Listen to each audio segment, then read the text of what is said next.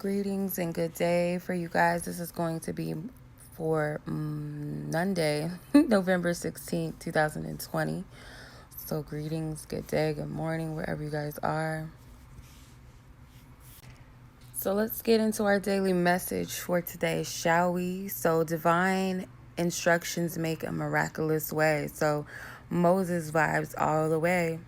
Okay. So this has not been an easy period for a lot of us. This past week or last week may have been very crazy for you emotionally. Just a lot being released, a lot coming up, you know. So the word instructions is very clear. You're going to really have to have an ear to pay attention to divine spirit and the instructions that you're being guided to take right now in your life. Guaranteed there is breakthroughs that are happening even when you overcome a challenge, when you overcome, a trigger or something that you've purged. That is a victory within itself. But to see the results of it's going to happen in a very miraculous way. And you really just have to be open to divine instructions from God, from the angels, from spirit, any signs that are in alignment with what has been given to you, that has been spoken to you on a spiritual level. So that's why I've been saying this, and I've been really exercising this strongly as well, not leaning upon outside sources and people to receive my guidance, because our relationship with our Creator is important because of where we're headed and where we're going, just on a personal level in our own journeys, and how it's going to affect the transition of our lives and others. So, see, the thing about this is that you're not supposed to do the same thing that you've been doing in life in this season. This is a time for your transition. You've had to go through this because it's pulling you out of some things that you felt bound and bound to, even if it's your own ego, if it's your own upbringing, your childhood, your biggest fears, the things that you've been in bondage of. So we'll take this as Egypt, right? So Egypt means the house of bondage, right? So you've been in, let's say you've been in the process of being bound to something. And then here comes this prophet, which is you or someone else in your life. I called some of y'all that resonated with a reading I did a long time ago on YouTube. I called y'all little mini Moses. So this person that's been instructed and guided to come free the people. Those chosen vessels that are going to be a big part of this shift that's taking place, spiritual shift, being activated by this person, or it could be you, be this Moses being activated or activate someone else.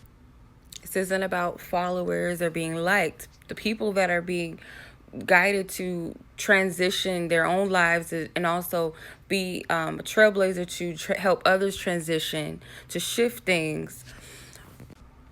You're not always going to be liked.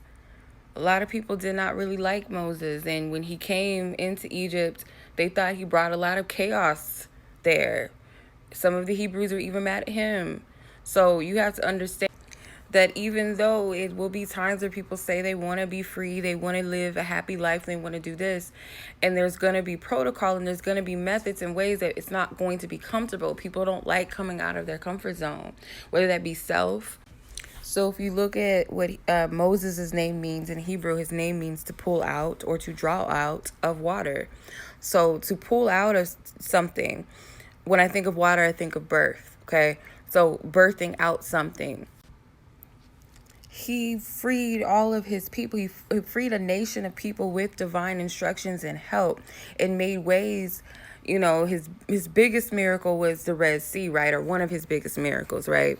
Parting of the Red Sea was something that an innovative way, like, seemingly no way out of that situation. So you got to also keep that in mind, that with this transition is going to be a clear path or a clear way out of something that you didn't otherwise see available to you, or just seems like it was just impossible to be, right? That is what's happening in your life right now. Who's ready for that transition in life? Who's ready to spark others into a transition? Who's ready to do that? Because in order to do that, you got to be open to take divine instructions. And that's why the ego is being beaten out of so many people right now.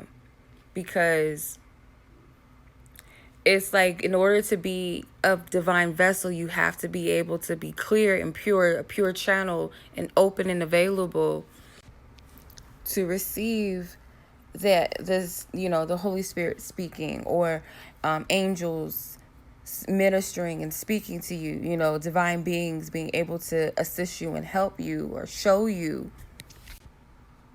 what to do, what to say, where to go. You know what I mean? So in order to do that, you got to be prepared for the walk, right? Not leaning on someone else. And sometimes, even if you think about Moses' story, because this is where Spirit, spoke to me and gave me the daily message, it's the story of Moses and other things that aligned up to inspire this message. So, and of course, too, Moses is one of my favorite stories in the Bible. A lot of us, I'll say, may resonate with this story because of the fact of kind of being someone that is able to blend in with those people that you really aren't nothing alike. Those whom this is for, you were set apart for a reason. You may blend into spaces and look like everybody else or something like that, but you're not like everybody else. There's something different. Now, see, Hebrews at the time were being murdered. Male babies were being murdered, Hebrew babies, under the Pharaoh, which Moses was a Hebrew. And his mother, who spared his life by putting him in the Nile River, which led him to the Pharaoh's daughter, which became the caregiver of Moses. So he blends in with the Egyptians. Long story short, Moses became a prince of Egypt. He was also a military leader at the time before he left Egypt, due to killing one of his soldiers. He had to flee from Egypt. I believe they ordered to kill Moses or something like that, but he had to leave Egypt, and that's what led him to his transition, his shift into becoming the prophet that he was. So yes, a lot of you have been fitting into spaces or seemingly, in spaces where it looked like you belong where you actually didn't, which is a good thing. And I feel like God allows that for the simple purpose of whoever I got to pull out of a space, I'm going to use one of my people to do it. I'm going to put this person and plant them in this space, in this environment. They may blend in with everybody else, but they're nothing like them.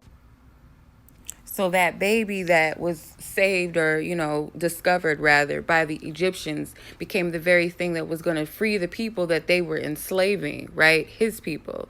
So again, you're used for certain purpose of a much greater cause. So that's why it's important for you to step into your purpose and not be so distracted and by everyday life in that way where it trips you up or caught off of dudes and money. And